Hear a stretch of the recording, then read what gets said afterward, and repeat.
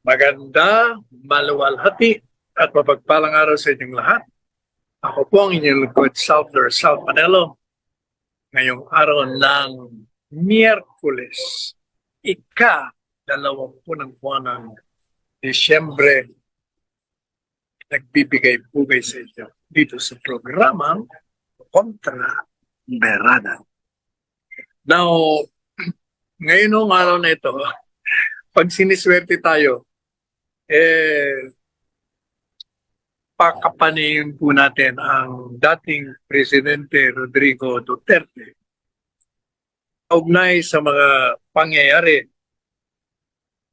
tungkol sa kanyang programa, tungkol sa kanyang mga damdamin kaugnay sa what is perceived to be an assault against him, against certain network, against Daysara.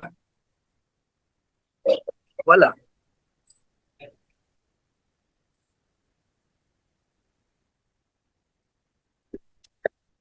Wala.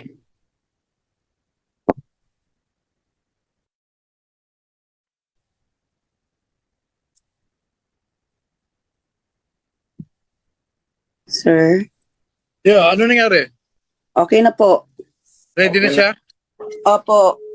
Okay. Bakit pagka-busy ito? Kasi gamit niya eh. Technician, si dating Presidente Gamit niya, Duterte, sir.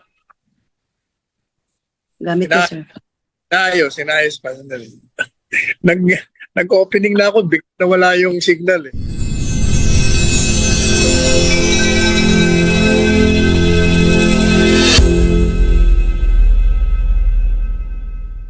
This is G. Santos of Mystical Buffet, an interactive program. Join me and my co-anchor Marge as we learn together how to lead a mystical and magical life through alternative ways on DZRJ 810 AM, Radyo Bandido TV. Watch and listen to Mystical Buffet every Saturday from 9:30 p.m. to 11 p.m. Airing on Sky Cable Channel 224 and on all DTT boxes. Simulcasting online on Facebook and YouTube. Listen and watch on your mobile devices. Just search DZRJ Radio Bandido. The views and comments of the hosts and guests are not necessarily those of the station.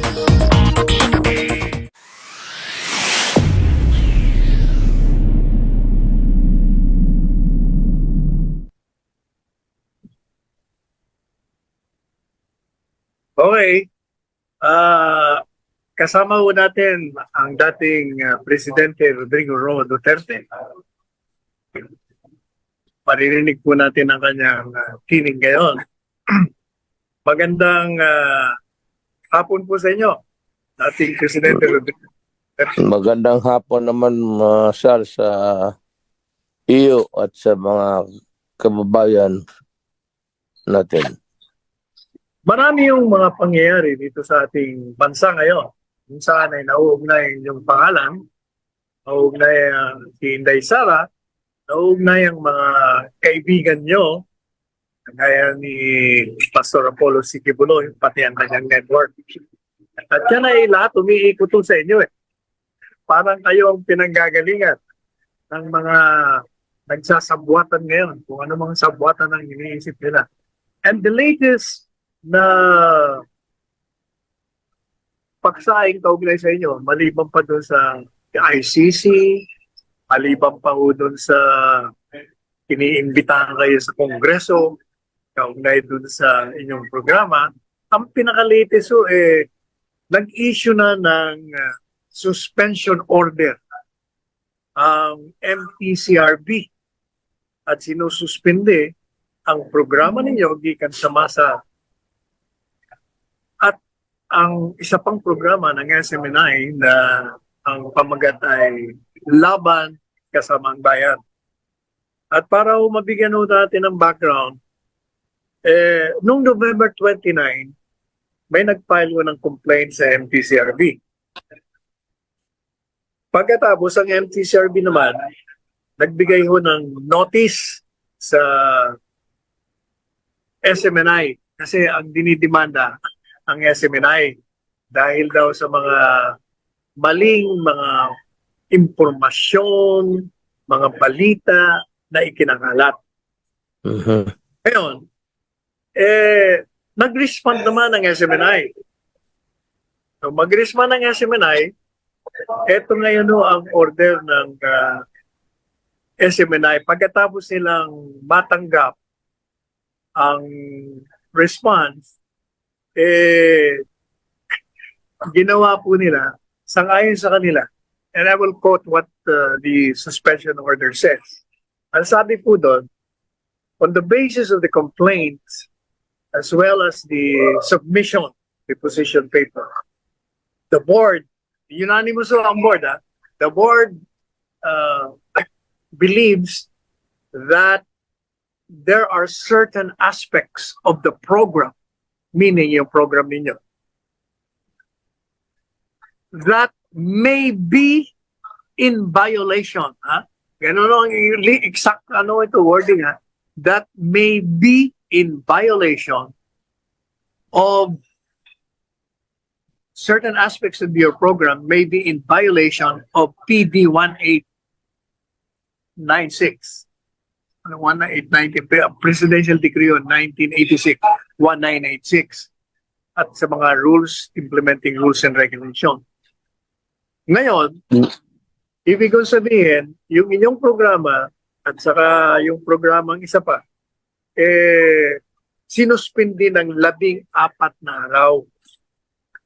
Effective immediately. O ngayon, kaya po namin kayo tinawagan, ibig naming marinig at marinig naman ng bayan, bansa, sa pamamagitan ng RJTV, ng Radyo Bandidong Programa, dito sa Kontra Pirata. Ang inyong reaksyon dito sa ginawang pagsuspindi sa inyong programa. Ano po masasabi ninyo dyan? Ginoong Pangulong Rodrigo Roa Duterte. Well, masasabi ko is one, that would be a gross violation of my constitutional right to free expression. And second, of course, is the outfit which I am using as a platform, violation of press freedom. Magdadalawa yan. Kasi using a medium there, which is a SMNI. So, yun ang akin.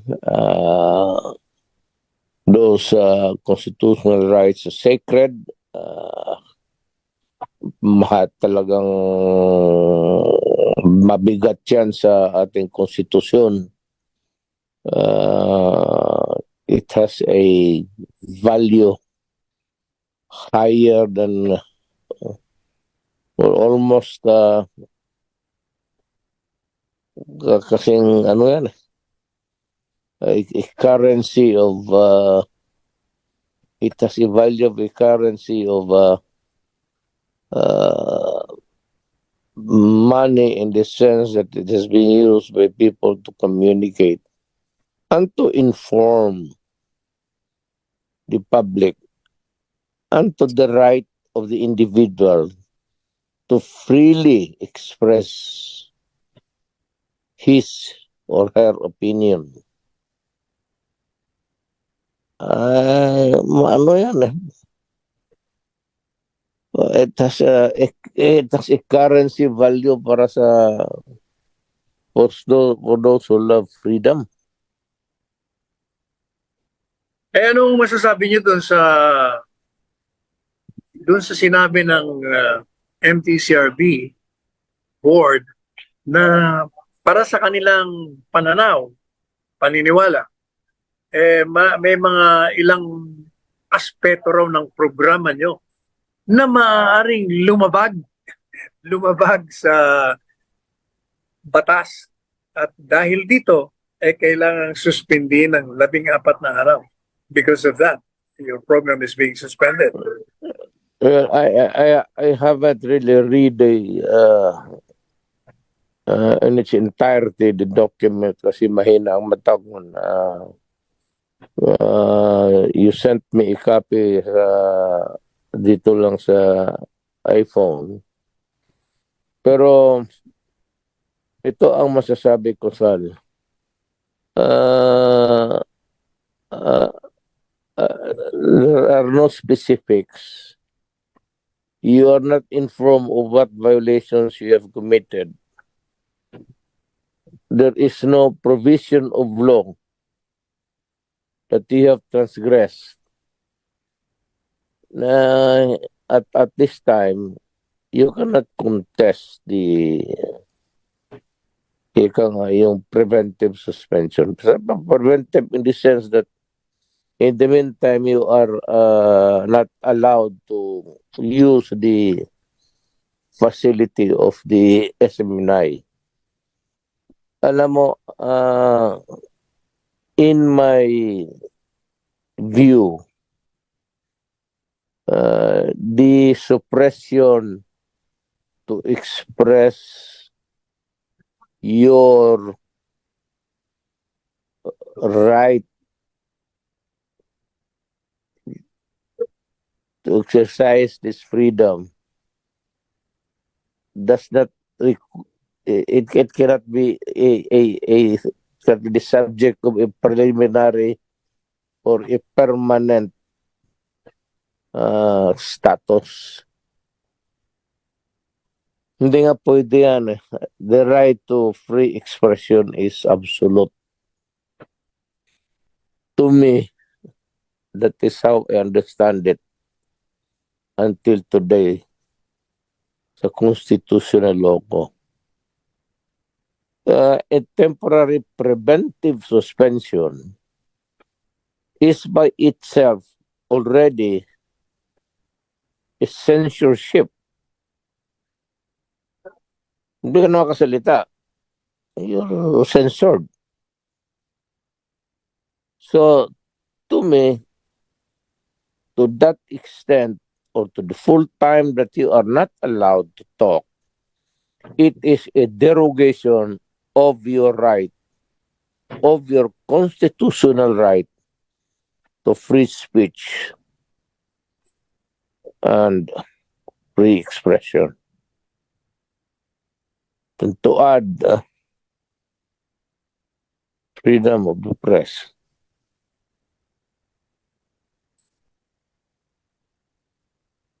As a lawyer yourself, Mr. President, do you think there is a basis for the suspension, given the fact that the reasoning, as I mentioned earlier, and for your information, I would like to read the particular paragraphs in regard to the suspension. It says, and I quote, upon careful review and consideration of recent events and complaints received by the board, it has come to the board's attention that certain aspects of the program may be in violation of established guidelines and standards set by Presidential Decree number 1986 and its implementing rules and regulations governing broadcasting content. To prevent the possible repetition of these alleged infractions, which may pose negative impact on public welfare, ethical considerations, and the overall reputation of the broadcasting industry, this board determines the need to preventively suspend the subject program, meaning your program, by virtue of Section 3, Chapter 13 of the Implementing Rules and Regulations, where it says that any time during the pendency of the case and in order to prevent or stop further violations of the case and in order to prevent or stop further violations or for the interest of the welfare of the public, the chairman of the board may issue a preventive suspension ordering and mandating the suspension of the said program, television, network, cable, TV station, and other related establishments, provided that the temporary preventive order thus issued shall have a life of not more than 20 days from the date of the issuance. Yan po ang sinasaad ng preventive suspension. Well, it is well, the charges are baby.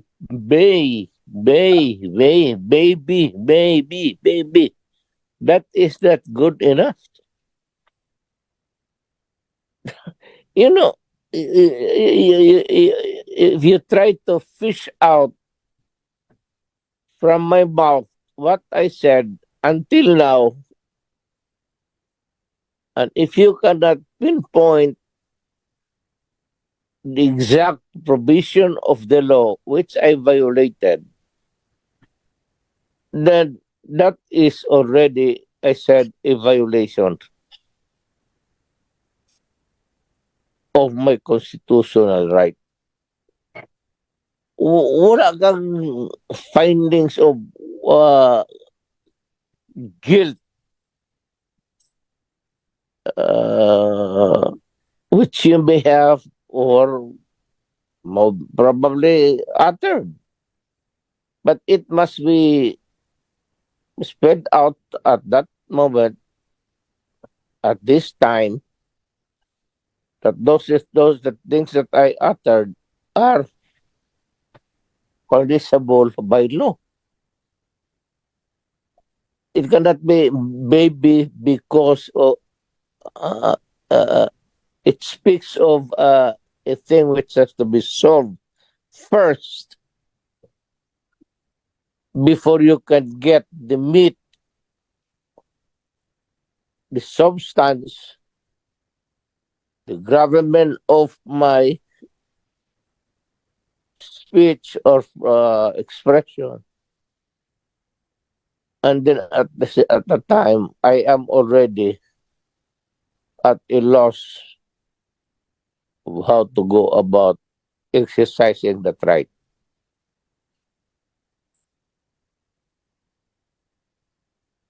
So, Mr. President, what do you intend to do about this preventive suspension? Well, one is maybe we can raise it to the courts. The window is very small. It's 20 days.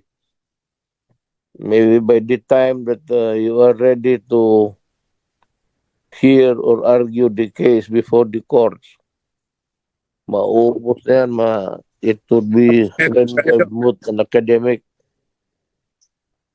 Pero let us see what happens. I will try to consult my classmates. Those who are still practicing. Ako hindi na, nag-retire na ako. But I intend to go back to law practice. But I have to go to school. So, that's the problem now. But definitely, as far as you're concerned, the suspension of the program in Kastamasa is violative of the constitutional right to freedom of speech as well as the freedom of the press. Yes, freedom of expression and freedom of the press, because Kibolo is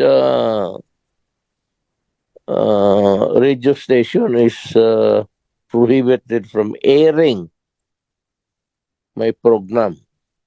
It is not directed to me. It is directed to SMNI. Kaya nga, kaya mabuti sana niyan, what they should do if they want really to get a violation coming from my mouth, is allow me to talk, and after that, investigate and find out if there is something violative of the law sa bunganga ko. Not before. Because But dito, in the realm of the prevention, we are dealing with speculation, maybe allegedly. Maybe that is not good enough to curtail one's freedom of expression. Those words, maybe, allegedly, hindi pwede yan. You have to be specific. Either you allow the person to talk and talk and talk and find out the violations. And of course, it would require you to hear carefully what the other guy is talking about. That is the time that you try to investigate and find out the faults if there are any. Ganon yan. Napakaintindi ko sa constitutional law ko sa law school. now my next question, Mr. President, is why do you think a particular agency of the government is suppressing this right given by the Constitution to the press? Ano sa tingin niyo? Bakit nila? The ground was that I used some threatening words, something like against the communists, that I wanted to kill them all, which is really true. I do not deny it. And if you are a communist, unless you deny that you are not a communist, may kasalanan ako. Pero you have to be true to your prinsipyo mo. Pag sinabi ko sa iyo na komunista ka, talaga ka naman komunista, at alam naman ng lahat komunista ka, and everybody is you. That's why the military is on the verge of, because of that issue. Alam mo, Sal, there's a greater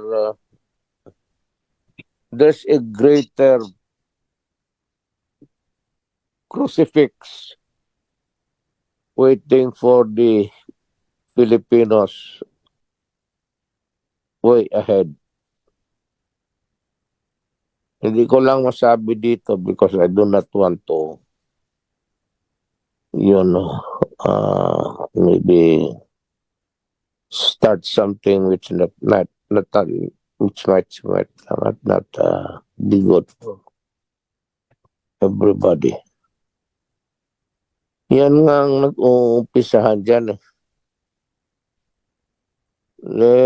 Itong komunista, so we have to be frank with each other, frank with the military, frank with the other branches of government. Ano ba to? Bulahan to o totohanan to? Are we infiltrated or are we not? Ganon yan eh. Government must be frank enough to admit that we are infiltrated.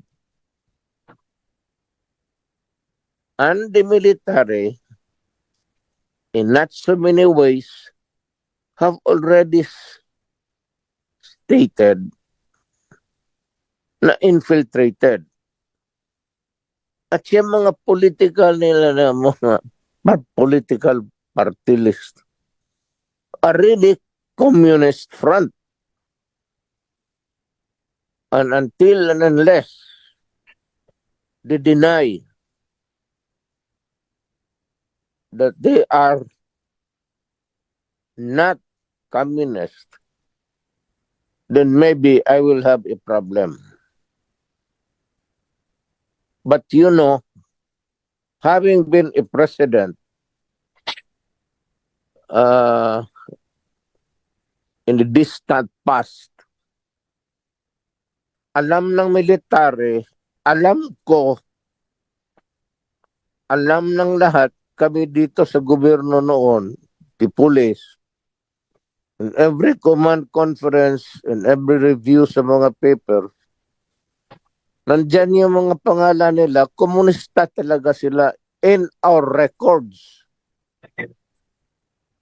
Kaya lang, they were able to clothe themselves with a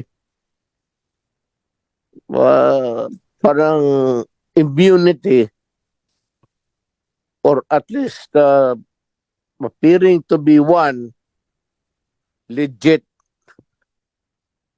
but they are really, alam nila komunista sila. Nasa record yan ng gobyerno lahat sa military. Kaya pag nagkaputukan dyan,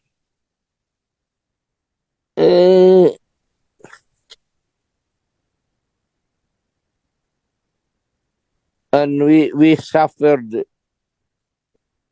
tayo, or a matter of fact, merely defending our country at expressing our disgust.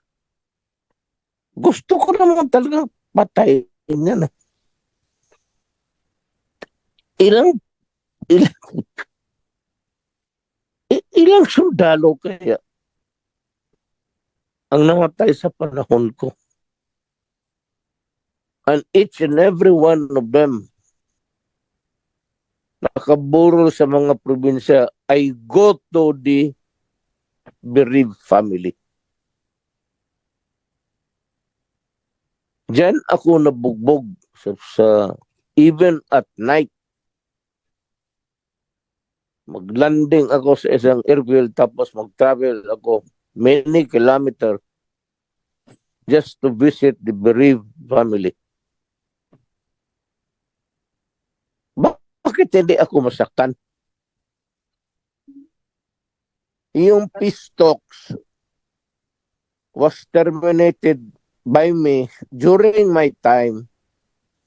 If you remember, the military, I'm sure, I am very sure they were listening to our talk, to my talk with Sison when he was alive. May he rest in peace. We started with the usual greetings. Musta ka? Musta pamilya mo? And then when we got to review the papers that they submitted after they were invited to Malacanang, nag-iiba na iba yung interpretation nila. Sabi ko, why are you putting a new definition of these words? I'm pretty sure that the dictionary in Norway is fundamentally the same with all dictionaries used in schools everywhere. Kapag tapos, we ended up, nagmurahan kami, pinutang ina ko siya. Sumagot rin siya ng putang ina mo. Sabi ko, putang ina ka. Sabi ko, wag kang umuwi sa Pilipinas, papatayin kita. That was the saga of the peace talks during my time. So it was terminated. Sabi ko, no peace talks anymore, ever. So apparently that exasperation, caveat, was only good for my term because a new president can initiate another. Pero wala na. There's no sense in talking to this guy. Wala, ang gusto lang talaga nila is to gather momentum. And they can achieve the dreams like amount in parity with Mao's achievements. They are itching to take over. Alam mo ang mangyari sa atin? Nangyari sa Cambodia, sa Pol Pot. They will kill all doctors, nurses, padala doon sa bukid patanimin. But that is why Pol Pot killed millions of his fellow men. Isang ulol yun, komunista, kagaya nila. Kaya hindi you can maybe by this time you can read my mind ng galit ko sa ano. Talagang totoo yun. Talaga kayo mga...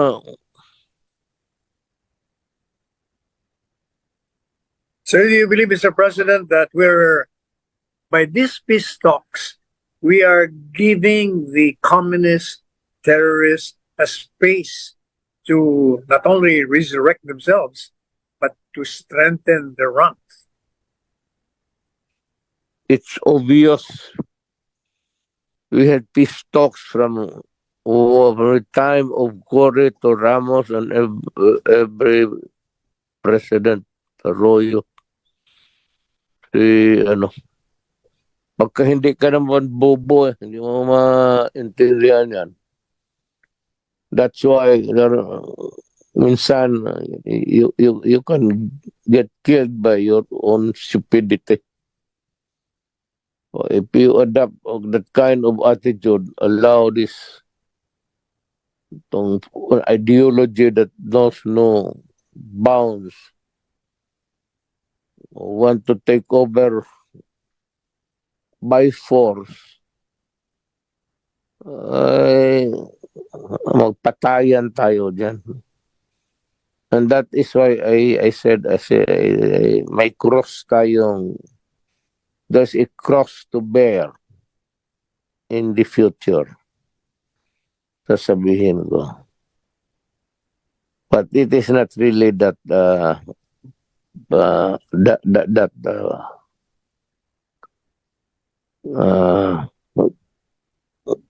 gravity is not that it does not amount to any extreme suffering. What it will bring us to a spasm, because I think that the nation now, let me repeat it to the Filipinos, the nation or the government, rather, be precise, the government at present hangs in a balance. Whichever the scales I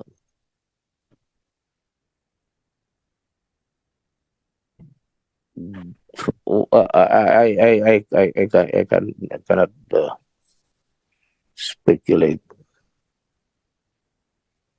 But really, if you ask me,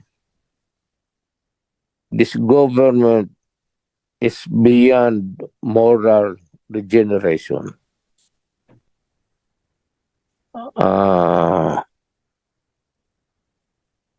Hindi na makontrol yung corruption. There is nobody telling everyone to stop. There is nobody willing to shoot the idiots who are continuing the plunder Pag ayaw mong pumatay kasi takot ka dyan sa putang inang ICC,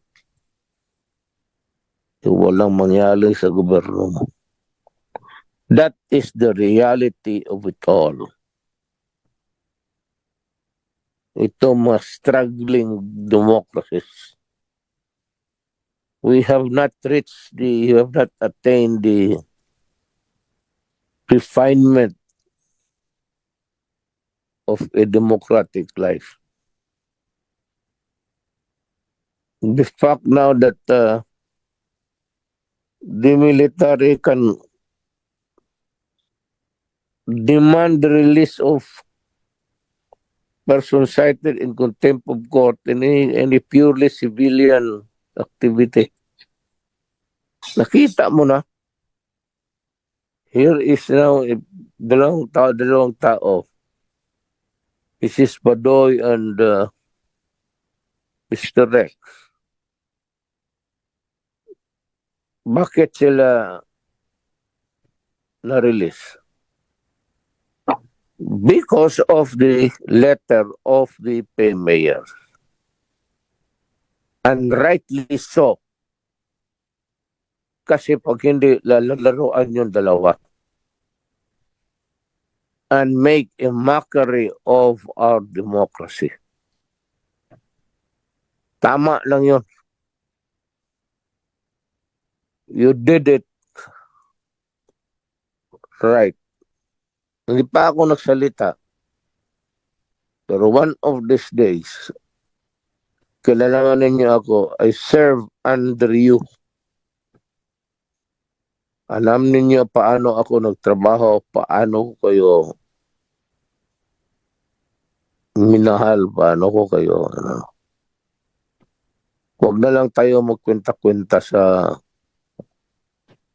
Pero alam niyo ang puso ko para sa inyo. Not because I was expecting at the time when I did it that something like this would happen, that you will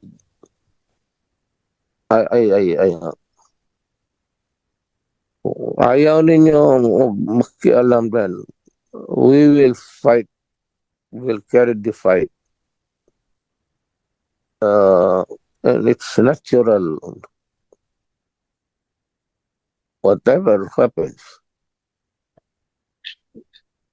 it can happen, and it will be done.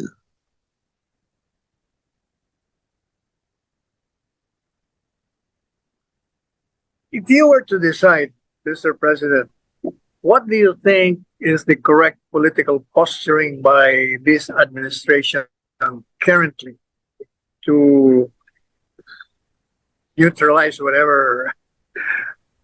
I cannot talk about the administration, Sal. I do not know anything of its workings. I am entirely out of the structural who's exercising what power. Hindi natin alam ang discretional. As a final word, I will just say, I leave it to the military to decide.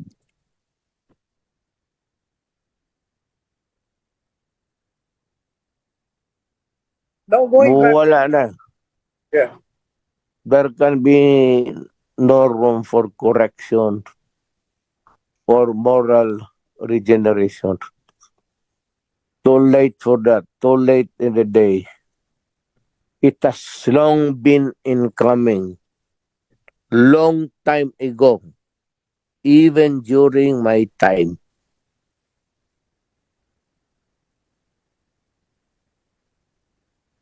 Kaya ganon ang taga-gobyerno.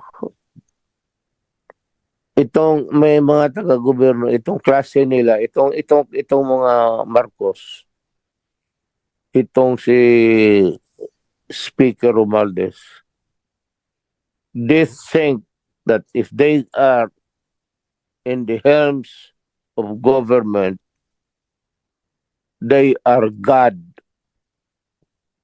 My God.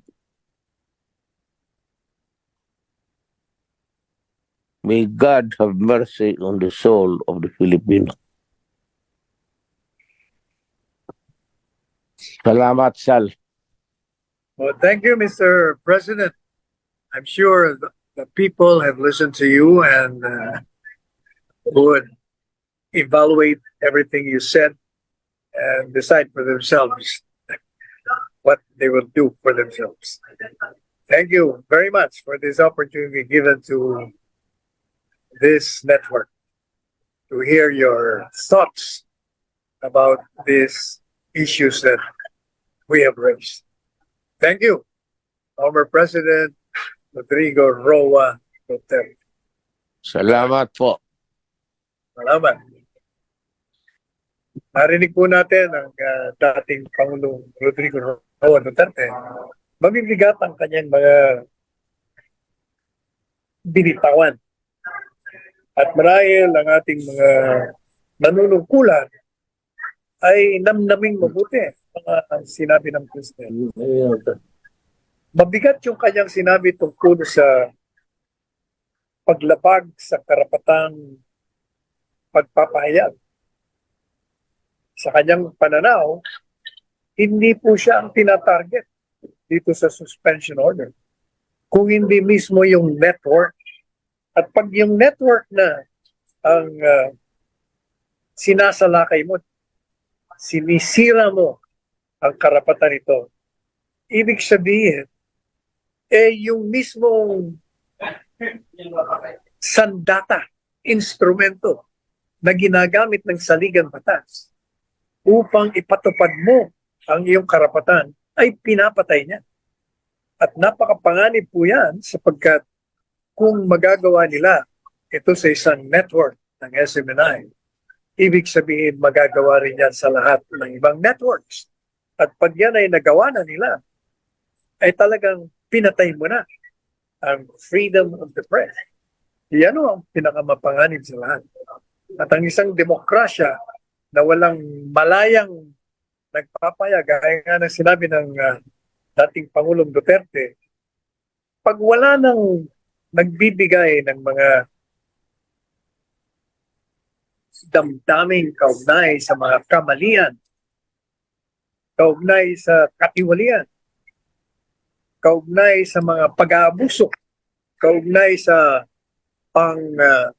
nanakaw sa pera ng bayan, talagang ibig sabihin, yung pundasyon ng isang demokrating lipunan ay dahan-dahang nasisira, nawawasak. At dyan magsisimula ang pagsira ng demokratikong lipunan na itinayo sa dugo ng ating mga ninuno na lumaban upang magkaroon tayo ng isang malayang bansa. Kaya yung pong mga nasa kapangyarihan, paulit-ulit pong sinasabi sa ating program na yung pong mga Diyos ng tadhana, sila ang nagtitikta kung ano ang mangyayari sa sangkatauhan. Sila rin ang nagdidikta kung anong mangyayari sa mga bansa. At sila rin ang nagdidikta kung anong mangyayari sa mga tao. Partikular na yung mga taong nagpapatupad at namamahala. Ikuhaan akong dugo. At sabi nga po, may kasabihan tayo at palaging pinauulit-ulit natin, yung mga nalalasing sa kapangyarihan, ako mag-ingat kayo sapagkat talagang yan binibigay sa inyo ng mga Diyos bago kayo ibaon sa lupa. Diba? Naririnig natin palagi yung kasabihan sa Ingles, for whom the gods wish to destroy, they first make mad.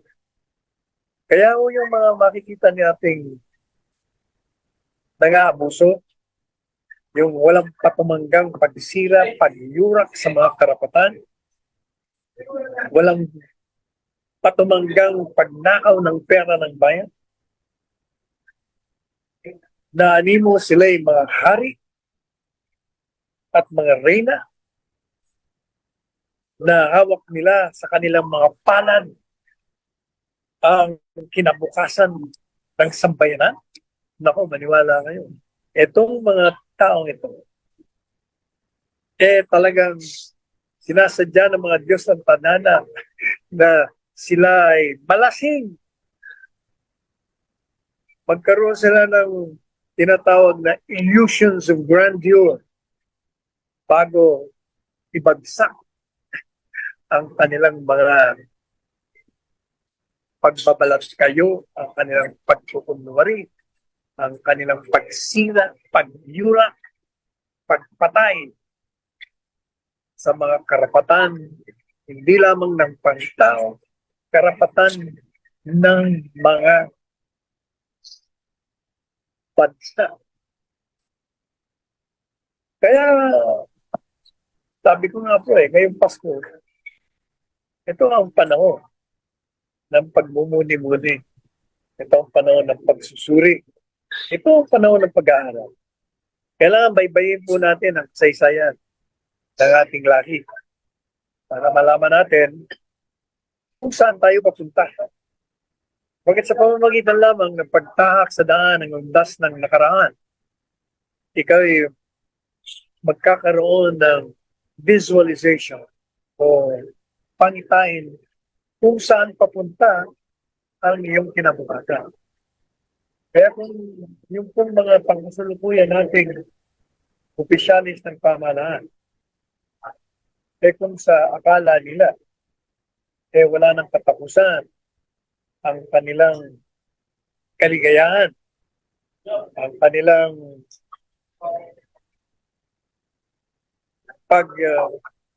nanakaw ng pera ng bayan. Walang katapusan ang kanilang pag-uubuso sa kanilang kapangyarihan. Walang katapusan ang kanilang pagbabalat kayo. Maniwala kayo. Nagkakamali sila, nagkakamali po kayo.